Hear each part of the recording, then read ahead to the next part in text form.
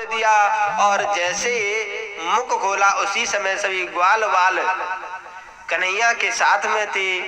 सभी ग्वाल बाल उस अघासुर के मुख में प्रवेश करने लगे। बोले अरे देखो कितनी सुंदर गुफा है। कन्हैया पीछे रह गए, ग्वाल बाल आगे थे। ग्वाल बालों ने देखा अरे ये तो कोई बाबा जी की गुफा लग रही है, देखो कितनी सुंदर मलूक सी बन रही है। जैसे ही आगे जैसे जीव पे पैर रखा तो जैसे मुखबल जैसे लगने लगी। तो सभी ग्वाल बाल कहते अरे मुखबल के गद्दा बिछ रही है। उसमें जैसे सर्प के मुख में प्रवेश किया और दांत दिखाई दिए तो ग्वाल बाल कहते हैं अरे ये तो कोई बाबा जी की बहुत सुंदर गुफा है। यहाँ में तो देखो अपने थैला टांगने के ताई जब खुट्टी भी लग रही है, या थैला या खुट्टी से टांग दो।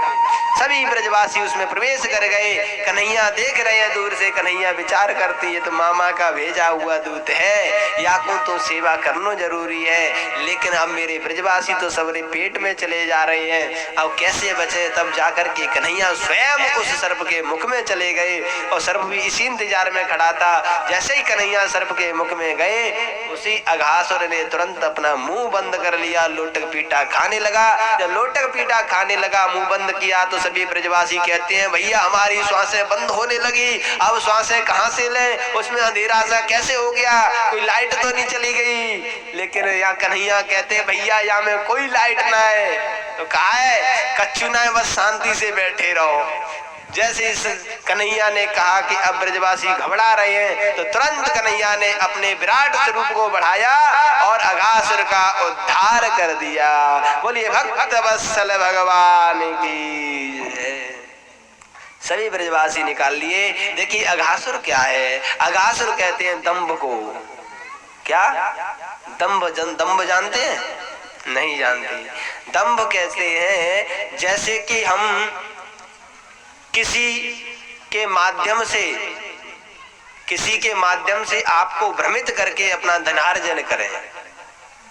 जैसे और सरल बताएं, उदाहरण जैसे कि हम आपसे कहीं गौ माता के नाम पर या वृद्धाश्रम के नाम पर या हॉस्पिटल के नाम पर आपसे पैसा लूटते जाएं, पैसा लेते जाएं, आप देते जा रहे हैं।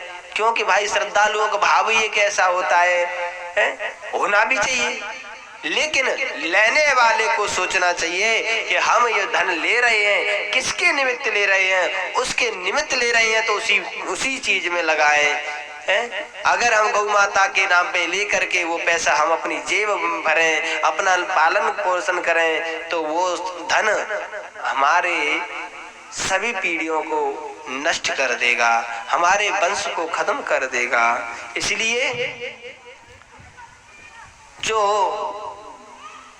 हम जिस प्रकार से धनार्जन करते हैं, जिस निमित्त करते हैं, उसी प्रकार करना चाहिए। कभी भी दंभ नहीं करना चाहिए। यानी दूसरे की संपत्ति को कभी अनीति से, भ्रष्टाचार से, बेईमानी से जो हड़पते हैं उसी को दंभ कहते हैं।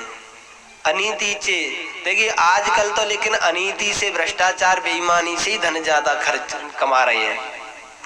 नहीं आया समझ? धन ईमानदारी से कमाओगे तो आपको उतना धन नहीं मिलेगा। लेकिन आजकल हर किसी की मानसिक स्थिति ऐसी बन गई है कि जब तक हम 2 नंबर का धंधा नहीं करेंगे तब तक हमें धन प्राप्त नहीं हो पाएगा। लेकिन वो धन कब तक रहेगा? कुछ ही समय तक रहेगा। वो धन स्थायी नहीं रह सकता है। वो धन कहाँ जाएगा? कोर्ट कचहरी, थाने, अस्पताल के अलावा कहीं नहीं जाएगा। समझ रहे हैं? नहीं समझे? जैसे छोटा मोटा कोई दंभ भयो जो अनीति, भ्रष्टाचार, बेईमानी से धन अर्जन करता है, वो तो यही मथुरा से लौट के आ जाएगा। कैसे? मथुरा जाएगो, हॉस्पिटल में अपनो पेट चिराएगो, भूसा भर जाएगो, फिर आकर के यहाँ राधे राधे है जाएगी है। और थोड़ा और बड़ा दंभ भयो तो जाकर के दिल्ली एम्स में जाएगो। एम्स में जाकर के डॉक्टर लोग उनके पेट में से जैसे अघासुर का पेट फाड़ के ब्रजवासियों को बाहर निकाला था कन्हैया ने, उसी प्रकार से डॉक्टरों को आशीर्वाद दिया है कन्हैया ने। कन्हैया ने कहा डॉक्टरों से कि पहले तो अघासुर एक ही था तो मैंने उसका उद्धार कर दिया, लेकिन अब घर घर में दंभ पैदा होंगे, घर घर में अघासुर पैदा होंगे। सभी अघासुरों के उद्धार के लिए कौन? डॉक्टरों को आशीर्वाद दे दिया। डॉक्टरों से कहा तुम उन अघासुरों का पेट चीर के उनमें से जो धन कमाया है अनीति का, भ्रष्टाचार, बेईमानी का, उस धन को निकाल करके आप अपने पास रखो।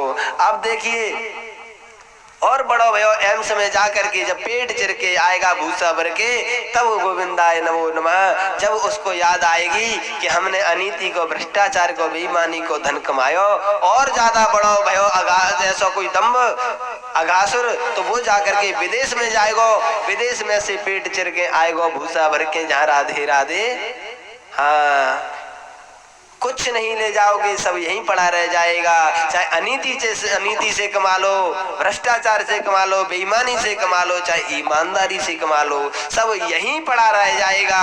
अगर कमाना है तो परमात्मा से यही प्रार्थना को, हे प्रभु इतना दीजिए जामे कुटुंब समाए, मैं भी भूखा ना रहूं, मेरे दरवाजे पे साधु भी भूखा न जाए। बस कृपा इतनी बनाए रखो कि मुझे ज्यादा भी धन मत दो और मुझे इतना भी मत सताओ कि किसी भूखे को मैं भोजन न करा सकूं। इतनी